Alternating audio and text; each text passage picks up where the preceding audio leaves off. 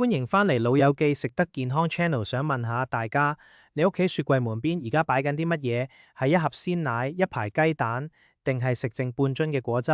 雪櫃門邊拎嘢最方便，所以好多雪櫃一買返嚟，我哋就自然將鮮奶插喺門邊，雞蛋逐隻放入門上面，嗰個蛋格睇落整整齊齊，應該冇問題啦，係咪？但有一件事好多人都冇留意。每次你打開雪櫃門，門邊都係最先接觸室內暖空氣嘅位置。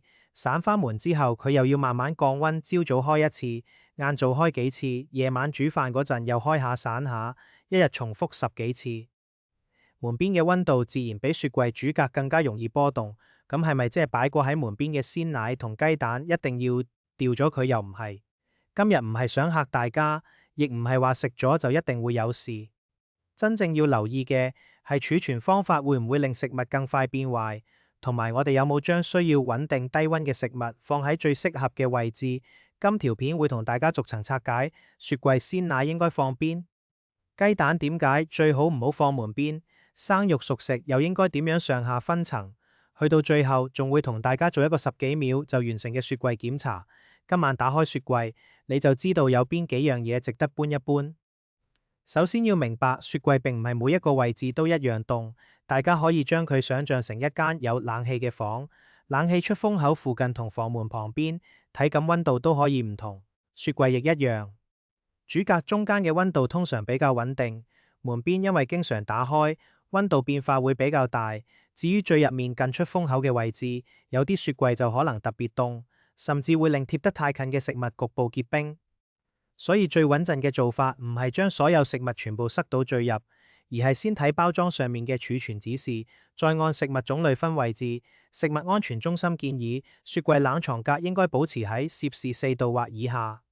呢個數字唔係話去到5度，食物就會即刻變壞，佢係一個實用嘅安全界線，幫助減慢大部分細菌生長。不過低溫只係減慢細菌繁殖，唔代表將細菌全部消滅。所以食物放入雪櫃之前點樣處理，擺喺邊一層擺咗幾耐，同樣重要。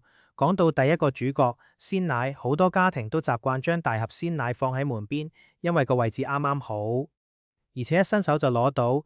但需要冷藏嘅鮮奶，通常放喺雪櫃主格個溫度比較穩定嘅位置會更合適。你可以放喺中層或者中層較入面，但唔好緊貼出風口，亦唔好逼到完全冇空氣流通。每一部雪櫃設計唔同，如果你發現盒奶擺到最入會結冰，就要移前少少。最重要係唔好長期放喺每次開門都最受室溫影響嘅位置。仲有一個情況，相信好多人都做過，朝早倒咗杯奶飲唔晒，心諗唔想浪費，不如倒返入盒奶度。呢個動作就真係唔建議，因為灰盒或者其他食物接觸過嘅液體，有機會將微生物帶返入成盒奶。飲唔晒就唔好倒返入。原來包裝盒奶用完亦要盡快封好，放返入雪櫃，唔好由得佢喺餐桌陪你慢慢食完整個早餐。至於未開封嘅常溫奶，又係咪一定要放入雪櫃呢？要睇返包裝，部分經過超高溫處理嘅奶，未開封時可以按標籤指示存放喺陰涼地方，但一經開封，通常就需要冷藏，並且要按照包裝所寫嘅時間內飲用。大家唔好只憑盒奶外形估佢係鮮奶定常溫奶，包裝上面寫住冷藏、開封後冷藏或者開封後若干日內飲用，先至係你要跟嘅指示。講完鮮奶到雞蛋，雪櫃門上面明明整咗一格格蛋架，點解又話雞蛋最好唔好放嗰度呢？答案同樣係溫度波動。食物安全中心建議，盒裝雞蛋可以保留喺原來包裝，放入雪櫃主格中層，而唔係雪櫃門每次開門。雞蛋表面都可能經歷由凍變暖再由暖變凍。如果冷藏雞蛋長時間放喺室溫，蛋殼表面仲可能出現水珠，呢啲凝結水分有機會令微生物更容易喺表面生存或者進入雞蛋。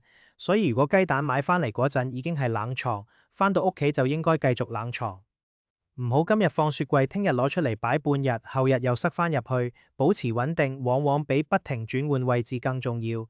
咁街市或者超市有啲雞蛋本身冇放雪櫃，又點處理？一般嚟講，帶返屋企之後仍然可以放喺陰涼乾爽位置，但為咗更穩定保存，食物安全中心亦建議最好放入雪櫃。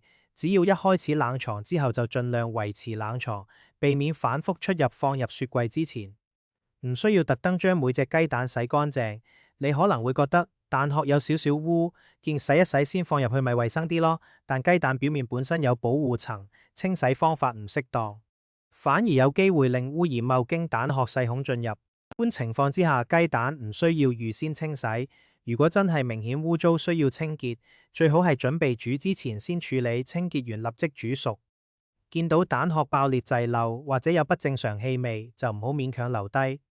原來個紙盒亦唔係完全冇用，佢可以保護雞蛋減少碰撞，仲保留住最佳食用日期同批次資料。散開逐隻擺入門邊蛋架，表面上好似慳位，但你可能轉頭就唔記得雞蛋買咗幾耐，所以一盒盒放喺主格中層反而更容易管理。當然，就算保存方法正確，雞蛋仍然唔係完全冇風險。長者、幼童、孕婦同免疫力較弱人士應該避免進食生蛋或者未貼底煮熟嘅蛋。煎蛋、炒蛋或者蒸水蛋都要確保中心充分受熱。呢度講嘅係一般食物安全原則。如果醫生因為嘅健康情況提供過特別飲食建議，就要跟翻醫護人員嘅指示。鮮奶同雞蛋搬好位置之後，係咪就完成？等一等，雪櫃仲有幾個位置放錯咗，可能比門邊更加值得留意。第一個係生肉，有啲人買完豬肉、雞翼或者魚返屋企，順手就放喺最上層。下面就係食剩嘅餸切好嘅水果同可以直接食嘅食物。萬一生肉包裝出汁液，滴落下面熟食就可能受到交叉污染，所以生肉、家禽同海鮮應該用有蓋或者防漏容器包好，放喺熟食同即食食物下面。可以直接食嘅食物放上層，需要煮熟嘅生食物放下層。記住一個簡單方向，熟嘅喺生嘅喺下，唔好俾生肉汁有機會向下滴。第二個常見問題就係雪櫃塞得太滿，見到超市減價買多幾包，煲完一大煲湯又成個煲塞入去，門邊層架抽啲全部填到密密麻麻，你可能會覺得雪櫃仲掩得埋門，應該仲有位啦。但雪櫃需要空氣流通，先可以將冷空氣帶到每一個位置。塞得太滿，部分地方可能唔夠凍，雪櫃亦要更加辛苦先維持溫度。相反，雪櫃太空又唔代表一定有問題。重點係唔好遮住出風位置，同埋食物之間留翻少少空間。第三個容易忽略嘅地方係雪櫃上面嗰個溫度旋鈕。有人見到寫住12345，就以為數字4等於攝氏4度，其實未必。嗰啲數字好多時只係製冷強度，唔係實際溫度，而且每一款雪櫃設定都可以唔同。想知道真正溫度，最直接係放一個雪櫃溫度計，觀察主格係咪保持喺攝氏4度或以下。如果天氣轉熱，雪櫃裝得比較滿，或者屋企人開門次數增加，都可以再檢查一次。第四個問題係打開雪櫃門之後，企喺度慢慢諗食乜。開咗門，望下上層，再揭下抽屉，跟住問屋企人今晚食唔食餸。你諗得愈耐，暖空氣入得愈多。最開門之前先諗好要攞乜，拎完就閂門。如果成日都揾唔到嘢，可以用透明盒簡單標冧，或者將同類食物擺埋一齊，唔單止慳電，仲可以減少買完又買擺到過期先發現嘅浪費。第五個情況係煮好嘅食物放喺台面，話要等佢完全凍晒先入雪櫃，其實熟食同容易變壞嘅食物唔應該長時間留喺室溫。食物安全中心建議應該喺2小時之內放入雪櫃。大煲湯或者大量餸菜，可以分成幾個較淺較細嘅容器，幫助佢更快降溫。再妥善蓋好冷藏，唔好成煲食物由夜晚放到第二朝先至諗起要擺入雪櫃。講到呢度，不如一齊做個10幾秒雪櫃檢查。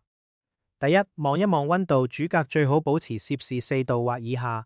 第二，需要冷藏嘅鮮奶放到主格溫度比較穩定嘅層架。第三，雞蛋保留原盒放喺主格中層。第四，生肉同海鮮用防漏容器包好放喺熟食下面。第五，唔好塞到密不透風，留翻位置俾冷空氣流通。至於雪櫃門邊，可以擺啲對短暫溫度變化冇咁敏感，而且包裝指示容許冷藏嘅調味料、醬汁或者飲品。不過唔同產品要求唔同，始終要以包裝標印為準。你可能會問，我一直都將鮮奶同雞蛋放門邊，有冇試過出問題？係咪根本唔使改？食物安全好多時就係咁，過去冇出事唔代表方法最理想，但知道更穩陣嘅做法，亦唔需要將自己嚇到乜都唔敢食。我哋今日做嘅只係一個好細微，幾乎唔增加成本嘅調整。將鮮奶搬入主格，將雞蛋連盒放到中層，前後可能唔使半分鐘，但就可以減少溫度反覆變化，亦令食物更加容易妥善保存。最後同大家重溫3個最重要嘅觀念：第一，雪櫃門邊方便，但溫度通常最容易波動，需要穩定冷藏嘅食物應該優先放喺主格。第二，雞蛋最好保留原盒放喺主格中層，冷藏之後就盡量保持冷藏。第三，雪櫃唔只要夠凍，仲要識得分層，熟食喺上，生肉喺下，食物唔好塞得太密。雪櫃唔係一個放入去就永遠安全嘅魔法箱，真正有用嘅係溫度、時散、位置同處理方法一齊配合。今晚大家打開雪櫃，不妨望一望門邊嗰盒奶同埋嗰幾隻雞蛋，可能只係搬一搬位置，你已經令成個雪櫃用得更加明白。今日分享嘅係一般食物安全資訊，唔代替醫生、營養師或者其他醫護人員按你個人情況提供嘅建議。如果你覺得今次內容實用，可以分享俾屋企人，尤其係平時負責買餸同整理雪櫃嗰位。